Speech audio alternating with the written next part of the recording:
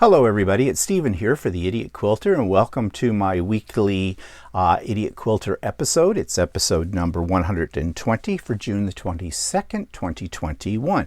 And you can see behind me that I have finished the City Lights wall hanging. I'm calling it a wall hanging. It could be a lap quilt, but I think this one lends itself to being a wall hanging a little bit better.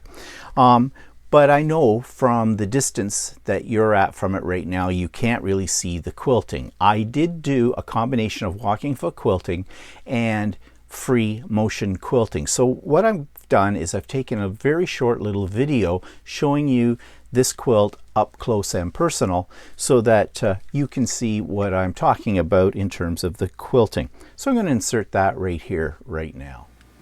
So I have City Lights all done. That's the name of this quilt. And if you remember, this was a panel that I bought that I cut into strips. It is a pattern, a free pattern from Northcott, who makes the fabric. And I filled in the background according to the pattern. And it's all done now, and you can see that I have it bound. And I'm really pleased with the way this turned out. I did on each one of these panel strips, as you can see, just walking foot straight line stitching all the way down. What I was trying to do is give this a sense of height. And then, and which is very difficult to see, here in the negative space, I did free motion stippling or meandering, kind of a cross between the two. And although not perfect, I think that turned out pretty nice. Now, I should have used a slightly darker thread. I used a very light gray and it blends right into the background. I was afraid that I would take away from the panels if I did it in something darker, but I should have done it in a shade, maybe 2 shades darker than what I did do. So one, it would show up, and also so I could see it when I was doing the quilting, because sometimes I couldn't see what I was doing with it, where the stitches were. So some of them probably cross over each other. But overall, I think the final look is pretty good.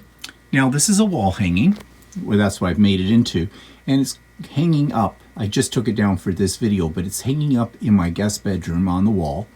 And yeah, it looks pretty good there, I think. So this was a quick project to do. And actually, I have a new appreciation for panels as well, because there are different things you can do with panels besides just leaving them as a panel, as in the example here of them being cut into strips. So yeah, that's City Lights. It's by Northcott Fabrics. That's the name of the line of fabric, and you can get this free pattern as well from them. So what else have I been working on? Well, a couple of things. I'm still working on the blocks for the Rose of Sharon quilt. That's the in the hoop applique and embroidery blocks. There are a total of 18 in it. I've done now about 7 of them, I think. I haven't been working on it every day. I work on it when I feel like it, kind of a thing, because I've been working on this, and I've also been working on some other projects. I love machine embroidery, as you know, and on the weekend they had a sale on a new series. Well, I don't know if it was really a sale or not, but they came out with a new line, and when I say we, I mean I think this was Scissor Tails. Scissor Tails and Urban Threads are both subsidiaries of OESD Embroidery. So sometimes you'll see overlap in the three, but basically each one has their own unique style. And in Scissor Tails, they had a series of embroidery blocks you could do that are meant for garden flags. Well, I'm not a big fan of garden flags. I don't have any, but the sayings on some of these were really kind of cute. They're puns. And so I thought, well, what the heck? I bought it. It wasn't that expensive. And my idea is I might actually do a whole quilt of nothing but these panels with the sayings. And here's one that I've stitched out already, and it says, "Sometimes I wet my plants." Yeah, I know. It's maybe a stupid pun, but I think it's kind of cute. So, yeah, I'll I'll make these over time as well and see what I can do with it. It might make an interesting, small wall hanging kind of a thing as opposed to a quilt. I'm kind of into wall hanging these days. I just need a lot more walls to put them up on. So that's something I have been working on. And if you're interested in that, that's Scissor Tail Stitches, which is an online embroidery company. And I think the collection comes from, I think it's just called Garden Flags. Yeah, I can't find it on the one I stitched out. Oh wait, maybe it's on. Yeah, Garden Flag Greetings. And there's a glare on that, isn't there? So, for those of you that are into garden flags, that might be something you want to look into. And it gives you full instructions on how to set up your fabric for a garden flag in the hoop to get that in the center and the whole bit. Okay, so those are things I've been working on. Now the other thing I've been working on and I'm about to quilt is the mystery quilt. This, if you remember, over the last few months, since about March, each month through my ex-guild, because I'm still a member of the guild until the end of the year, kind of a thing, end of their year, I signed up to do this. I paid my money, and each month I've gotten a set of instructions, not knowing what the final quilt is going to look like. Well, now I know what it's going to look like because we got the final installment a week ago, and I have finished it. I now have it all layered and laid out on my tables, waiting to be quilted.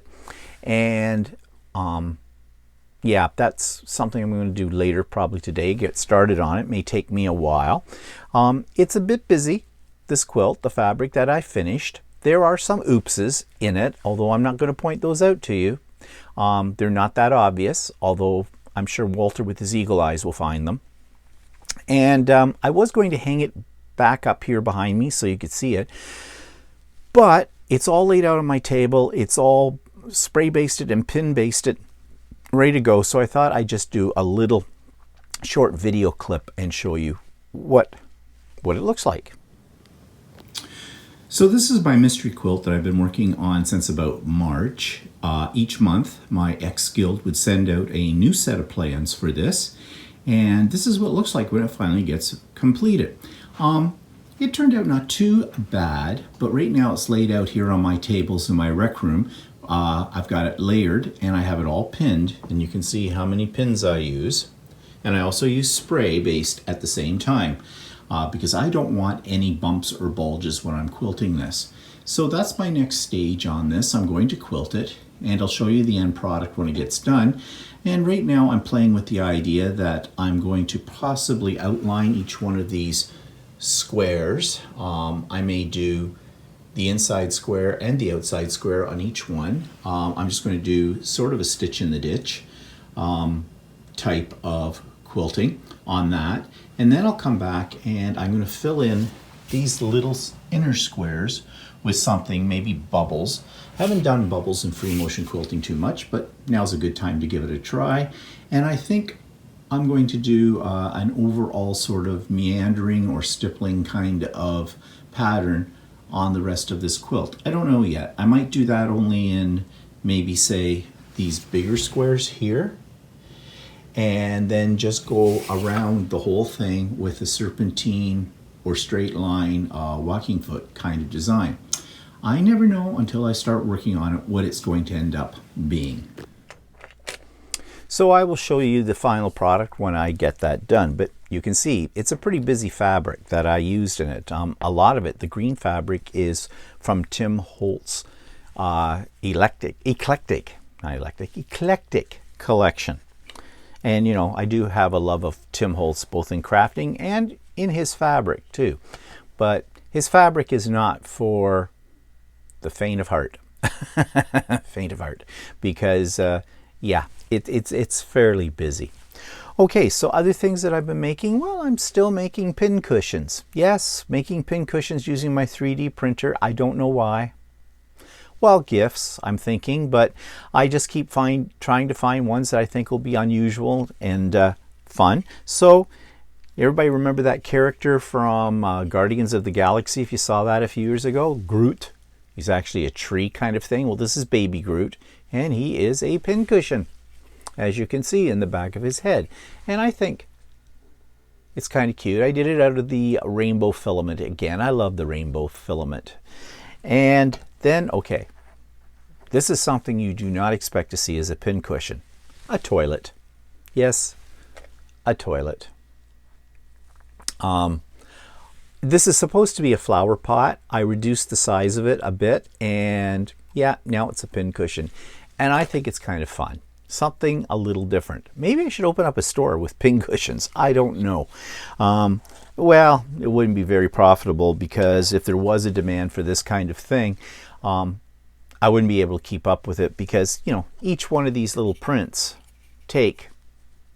basically you get one a day out of them, depending on their size. So yeah, but I'm going to make more. I'm still looking for designs that I think will work very well for this kind of thing, and most of them are flower pot kind of things that I can, you know, alter the size of, and they make great pincushions. But anyways, I'm just playing, as I always do, so having a little fun. And let's see what else. Okay, I purchased a few things. First of all, this was in a week moment. One of my bucket list quilts is to make a New York Beauty quilt. And they ran a special on EQ8, Electric Quilt 8, where you could get this add-on, which is quilt projects. And I believe there's 11 different quilts. And basically, on Electric Quilt, you have these, you can substitute in the fabric you want to use and, you know, manipulate it and make these quilts. And there's instructions for how to do that. Actually, one of the beauties of buying this set, besides the fact it was 20% off, is that it also included the sewing instructions. Now, see, Electric Quilt does not have sewing instructions. You can build your blocks and you can build your quilts and you can print all of that stuff out, and, you know, the requirement for fabric and all that kind of thing, but it doesn't give you instructions on how to construct the blocks. You have to figure that out for yourself. This one came with the instructions, and there's one in here, see if I can find it, that really struck my fancy, that I'd really like to make, and it's an ambitious project, I can tell you that. It is a form of a New York Beauty. I think all of these are sort of a form of a New York Beauty. Okay, it's here somewhere, just bear with me. Where is it? Oh, it's this one, which the color it printed out on my printer doesn't really do it justice. Those are not the colors I would be using, but that's the one I kind of want to make. That is going to take some time and some effort on that one, I can tell you that. I imagine a lot of that is paper piecing. I'm not a fan of paper piecing. I have done it, but in small pieces. So yeah, but you want to know something? You got to think outside of the box. You got to challenge your comfort zone to keep things fresh and going for you. And I am sure I'll be able to figure that out, and away I go. Okay. So those, by the way, are called, they're by Karen K. Stone, and they're available as an add-on to Electric Quilt 8. So if you've got Electric Quilt 8 or Electric Quilt 7 or that, I think it'll work with any one of those versions. And I can't remember, it was on sale, 20% off, but I still think I paid about 30 bucks Canadian for it. Might have been more. Can't remember. Okay. So I did some shopping, and as you may or may not know, last week was the Canadian National Quilt Show, and it was all done virtually, and I'd bought a ticket for it to go online and check it out. And I think they did a really good job of organizing that website. For the most part, I did take part in a couple of free seminars as well. Now, there were classes you could take, and there were special speakers and the whole bit, but those cost extra. And I just didn't feel like spending the money for those, because some of those were quite pricey. I mean, if you were to try and do everything that they had on there, it would probably cost you about 400 bucks. I paid for the general admittance ticket, which was $10 plus tax. And that got me into the vendors. And they must have had close to 100 vendors, maybe more. I'm not sure. So I started exploring things, and that's where it got dangerous because I started buying things as well. Now, I only checked out about 5 or 6 shops and bought from about 4 of those. Actually, I may have checked out about 10. But the beauty here is I now have a list of fabric stores, online fabric stores and mortar stores across Canada. And you know that with each episode I review one of these stores that I find. So now I have an basically endless supply of places that I can review for you.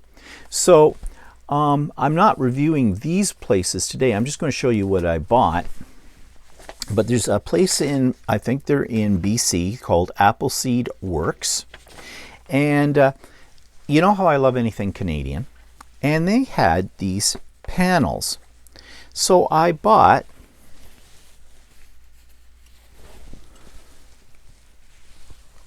two meters of this, and each one of these makes 4 placemats. Kind of cheating. But I thought, that'd be kind of nice. So I have that. Will I have them done by Canada Day? Well, Canada Day is July the 1st. This is June the 22nd. So July the 1st is next week. Middle of next week. So no, I will not have them done by then. But I have it. And on top of it, I also bought 2 of these other panels, which actually make into, they look the same. Oh wait, wrong one. That's the placemat. Okay, let me fold that up out of my way. This is the bag, and it comes with the instructions on how to make a bag. It's a simple tote bag, and that's what I'm going to probably make it into. But there you go, the front and back panel, and I think the pieces at the bottom are the straps, I guess. There's even a label that says this bag belongs to. So, yeah, I will maybe make one of these. Now, I bought 2 of these, so I could make 2 bags. Of course, these are very simple bags, tote bags. I will probably line them and maybe do something a little bit more elegant on them. But, you know, I saw it, had to have it. Not particularly cheap. What did I pay? I have no idea. Because I have what's in the bag, what they sent to me, but I do not have the price. But I think it ended up costing me about, well, each panel was probably about $17 Canadian. I bought 4 panels. So $68 plus tax, plus shipping. So yeah, not particularly cheap, but then again, about standard for fabric, right? So that was from the place called Appleseed, and in the future I'll be doing a more detailed review of them. I got this stuff pretty fast. I ordered this probably last Thursday, and I got it yesterday, Monday. So what's that? 1, 2, 3. I got it within 4 days with a weekend in between. So, and that's counting weekend days. So that's pretty good. Another thing that I wanted, I think I mentioned that I wanted to get some tea towel fabric, or look through my stash and see if there was something appropriate I could make some tea towels out of, because our tea towels are getting pretty ratty. And yes, I could go to the store and just buy some tea towels, or, well, go to the store, you know what I mean, or go online. And I chose not to. I chose to buy some tea toweling fabric. Now, I have never worked with this before, but I do see that the top and the bottom, or this, I guess these would be the edges of this. I bought 2 meters of 2 different colors. So I guess I just cut it off at the length that I want, and then I can do, I just serge a hem to it. I can do an actual hem, or I'll just do a serged hem. I don't know which. I might do a folded over hem on this, only because that's what they have on the edges here already. But I bought this design as well because although it's fairly classic, I have all that white space, I'm going to do some embroidery on here too.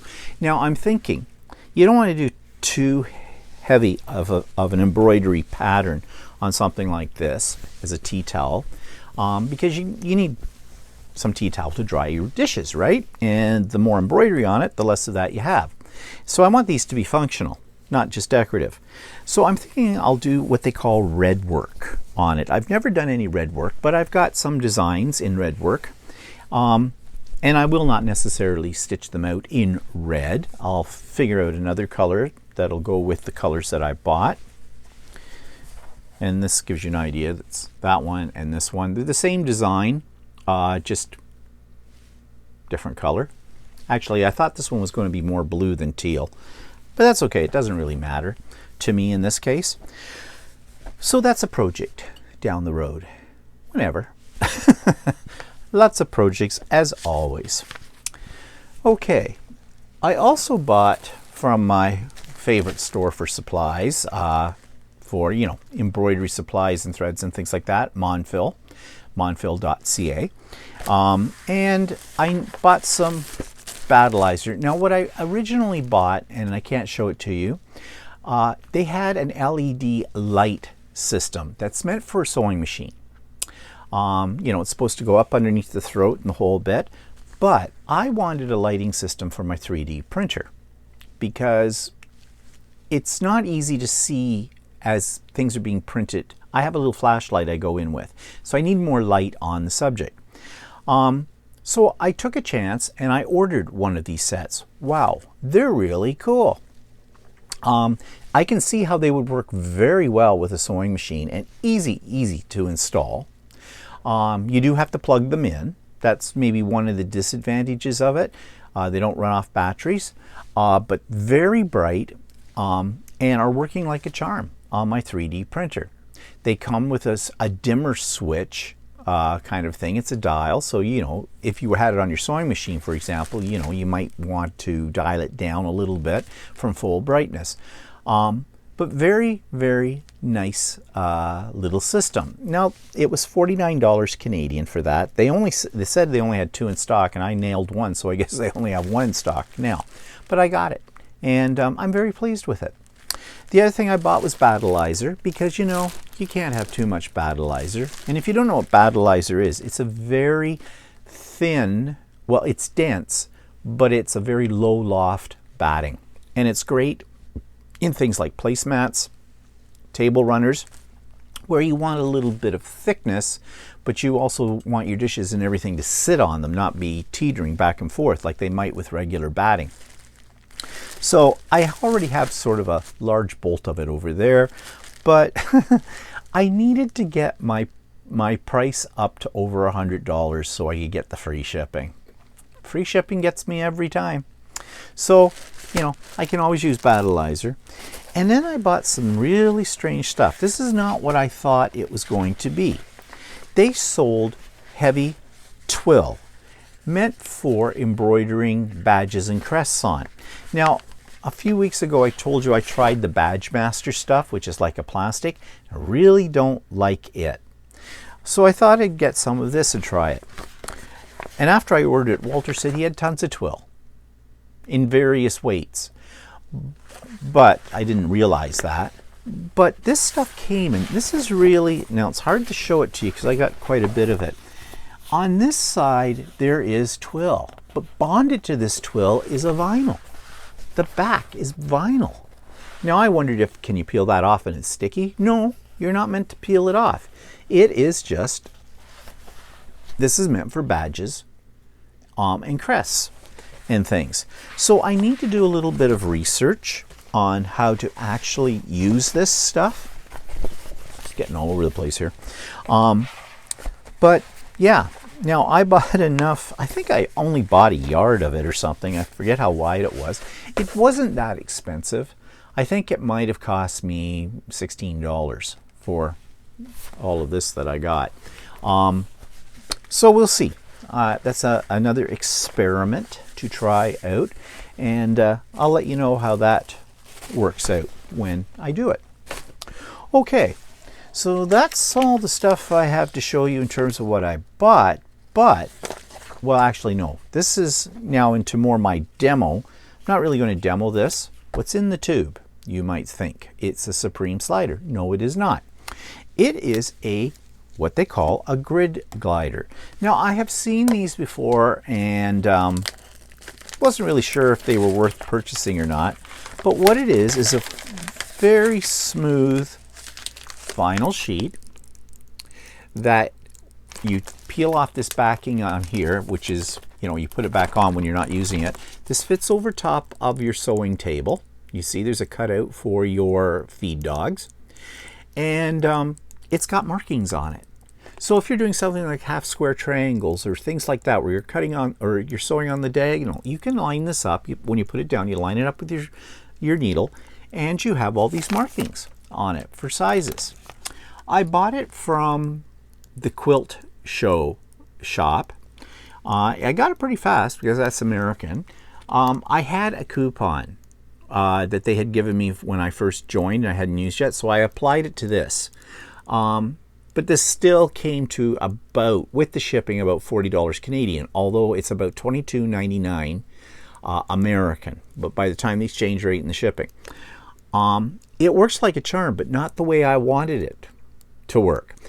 I thought this would make sewing half square triangles and things like that where I need these measurements and I don't have to then draw across on the fabric. And I've yet to really try that because I haven't had a project right at the moment that I need this for. But this works great when I'm doing my quilting. It works like a Supreme slider, but I think it works better. It stays flat on the bed of the sewing machine, and it is really, really slippery. Now, the Supreme slider is pretty slippery too, but it's a little thicker, and I find that it gets in the way sometimes, and it's not as slippery as this is. And they tend to be a little bit more expensive than this too. So this is what I'm really using this for. So when I'm doing my quilting, I put this down on my sewing table and away I go. Of course, the one problem I have is getting it back into the tube. Yeah. There we go. We're in the tube. Well, we're sort of in the tube. Anyways, I'll figure that out later. So that's one thing I bought, and I'm still playing with it as well to get the most out of it. The other thing I bought, well, actually, I didn't buy this. I made it. But when I was going through some of those quilt stores from the Canadian National Quilt Show, one store was selling something they called a zipper jig.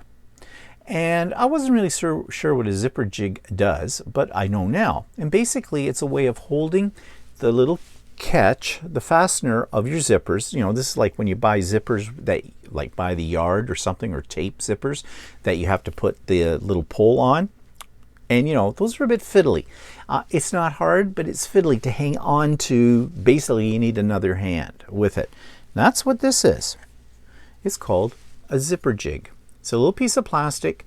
You put the zipper pole down inside and it holds it steady, and then you can feed in the ends of your zipper halves and away you go.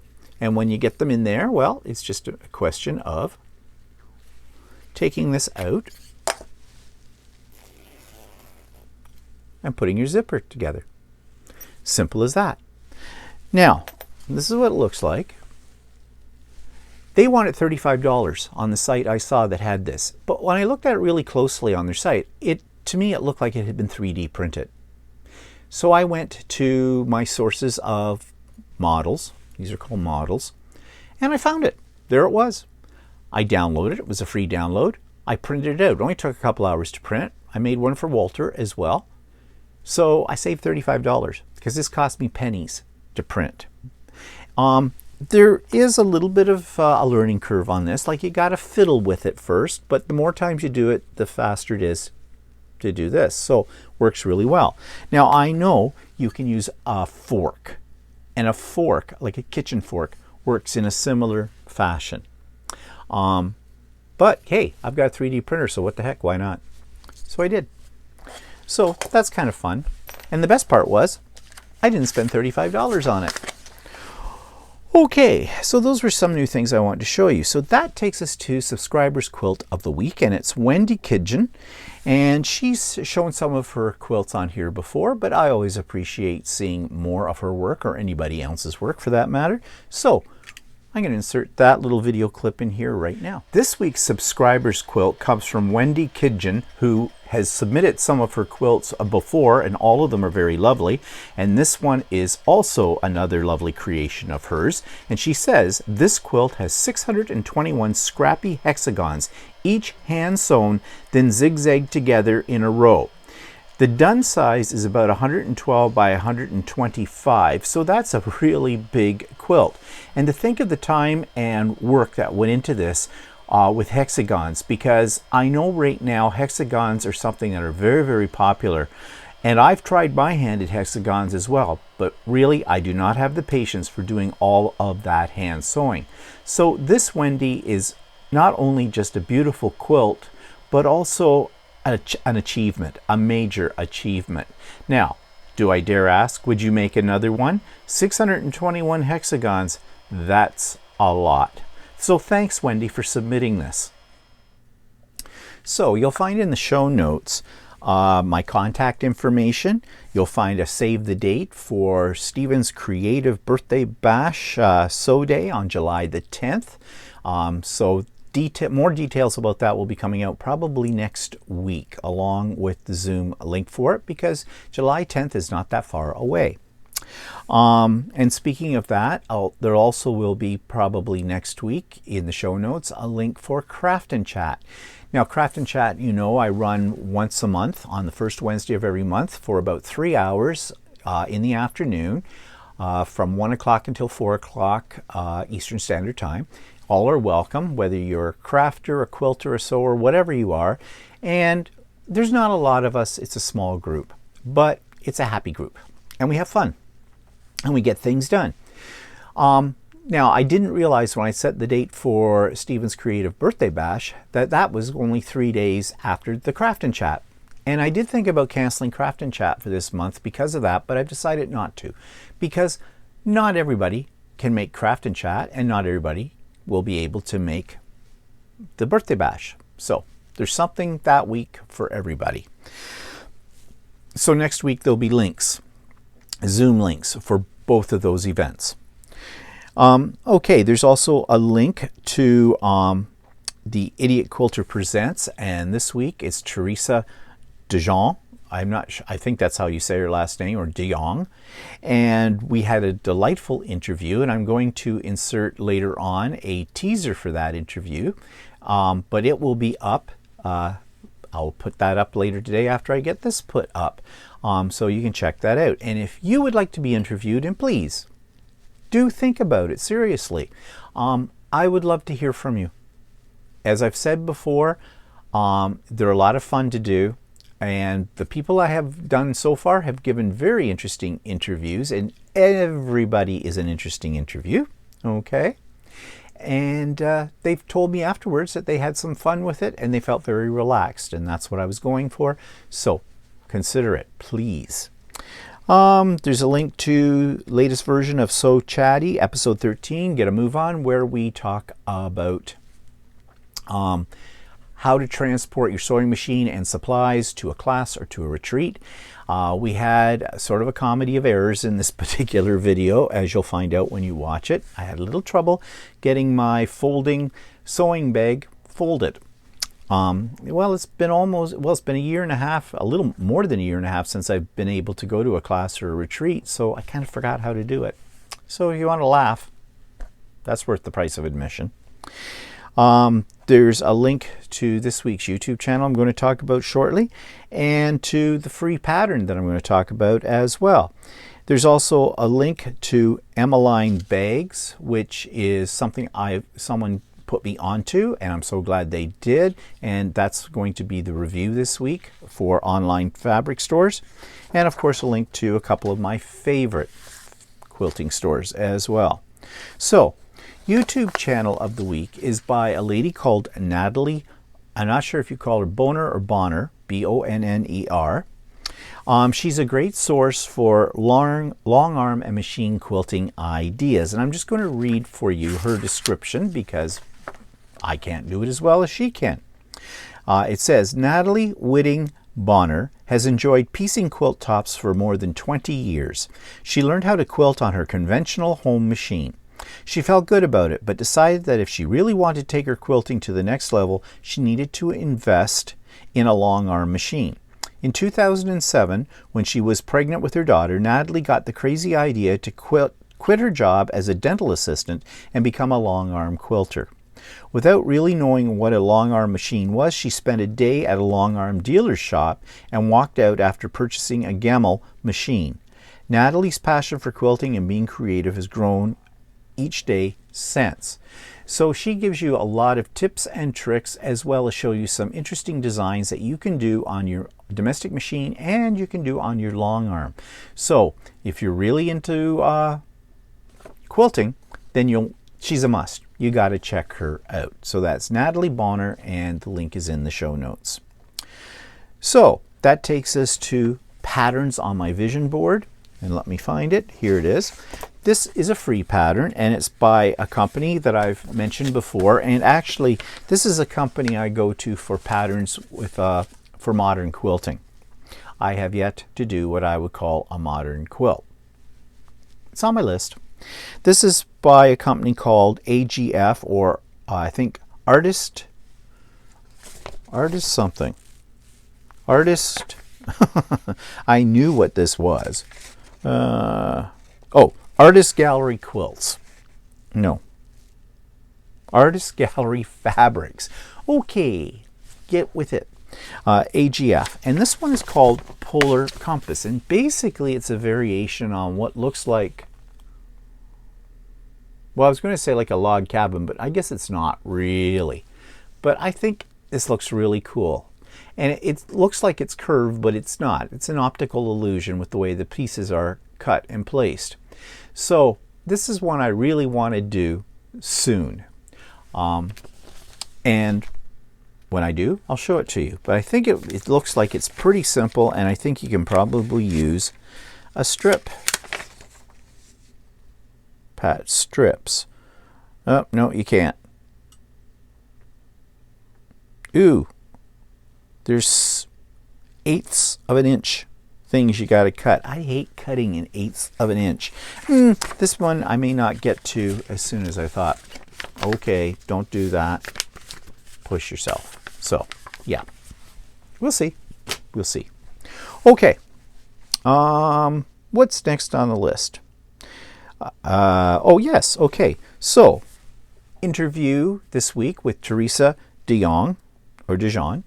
And I have a little teaser here to give you a feel for the full version. Glad that you blog, or vlog, I guess it is. Vlog, yeah. I am so grateful for the online community, especially these last year and a half. Mm-hmm.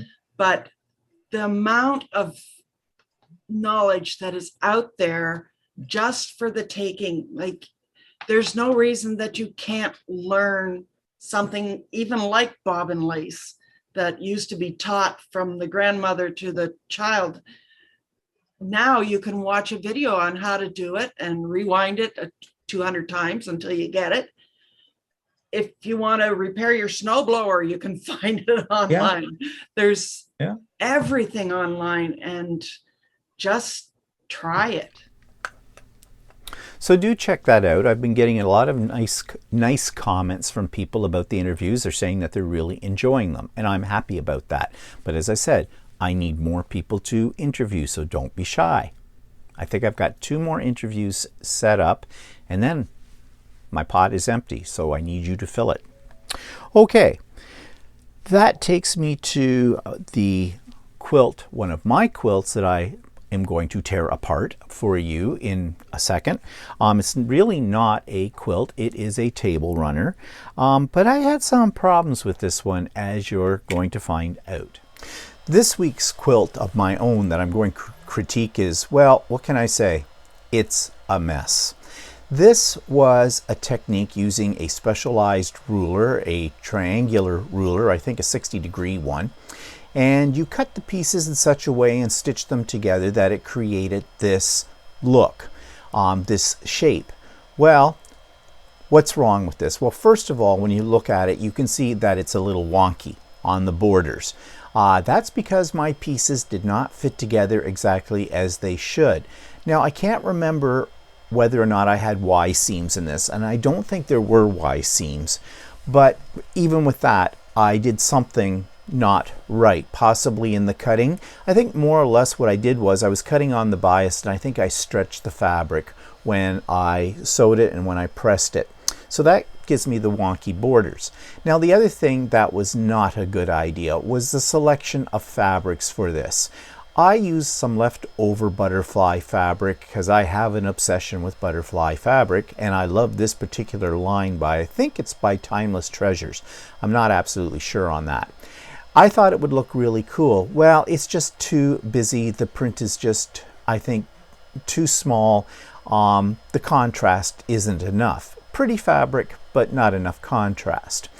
The other problem I had with it was with binding. I had never bound anything that had an angle, and I should have probably used bias binding for this, so I would have had a little bit of stretch to go around the corners, although since then I have bound things with odd angles and have found that actually it's not that difficult once you figure out the technique. I tried to make this more interesting by adding some embroidered freestanding butterflies. And again, that just added to the confusion, to the overall mess. So this is not one of my prouder efforts. And to be honest, because I was so disappointed in the way this one turned out, I haven't made another one. And I probably should go back and try it again, knowing what I know now. I'll pick better fabrics. I'll be careful about pressing and sewing fabric that's been cut on the bias, and I think I know how to bind it a little bit better than I did the first time. We'll see. That may be a project for down the road. So that takes us to the online fabric store that I want to review this week. I have just ordered from this spot, and I'm waiting for my stuff to come, and it's called Emmaline Bags, and I'm sure many of you, especially anybody who's a bag maker, has heard about this. I have heard about their products before, but stupid me, that's why I'm an idiot, I never bothered to do a search online to see if they actually have an online site. I've usually bought their products, which are, you know, buckles and snaps and things like that, and zippers, from other online quilt stores, or actually at Ultimate Sewing. So I was really thrilled when somebody sent me this link to check them out, because lately, as you know, I've been making a few bags and I have a few more bags to make, so I need the hardware for them, and this is a great source for the hardware because they've got everything, because that's what they specialize in. They're located in Spruce Grove, Alberta, and I'll just read you what their description is. It says, Emmaline Bags is located in Spruce Grove, Alberta, Canada, and ships around the world daily. Our primary focus is online orders, but we also have a small showroom where you can browse our products in person. The website has been operating since 2012, with the shop opening September 4th, 2018. Emmaline started out as my own bag making company and sewing pattern business, with patterns sold under my name. Page 2. Janelle McKay. Emmaline Bags is now becoming a one-stop shop for bag making. My husband, Mike McKay, runs the orders and shipping side of the business, while I am on a product development and business management. We have wonderful staff at Emmaline, and our priority is a great customer service experience. Feel free to contact us, and we'll help you the best we can and as soon as we can. So far, my order's coming. I think it's supposed to arrive tomorrow. And as I said, they're out in Alberta. Yeah, out in Alberta. So it takes time to get things. But actually, I've been able to track this order, which is something I really like. That is appealing to me about an online fabric store, where I can actually get a tracking number and check where my stuff is. And it's coming. So it was in, I think it has arrived here in Oshawa. I might even get it today. If not, I think it said it would be delivered tomorrow. So that's pretty good. That was pretty fast because, again, I just ordered this about 4 days ago. So they do have a good selection, though, of fabric, although they have a lot of hardware for bags. That's what they specialize in. So you can bet that a lot of their fabric is geared towards bag making as opposed to quilting. Although, you know, those fabrics are pretty much interchangeable. They have cork fabric. They have faux leather, Harris tweed. They have interfacings and stabilizers. They have laminated cotton. They have mesh fabric, quilting cotton, RFID cloth, which I'm not sure what that is, and specialty fabrics and waxed canvas. So they have a really good variety. And prices start at about $18 a yard. Okay, another place that goes by yards, not meters. Let's get with the program, Canadians. But that's not out of the way for price. They don't sell machines, and their notions primarily focus on bag making hardware. But you know, if you're looking for the different things you need for a bag pattern, this is the place to go. It's one-stop shopping. They do have patterns and kits, and they have lots of books and lots of patterns, and they have a lot of free patterns as well. Now, the free patterns are geared towards selling the bag hardware as well. But having said that, that's not necessarily a bad thing. You'd need the hardware anyway. So, but they're free, the patterns, and lots of them. They seem to have a lot of Gutermann threads. That seems to be their thread of choice. And they don't have classes, but they do have links to tutorials, both written and in video format, for some of those patterns that you can get for free, or other tips and tricks on bag making.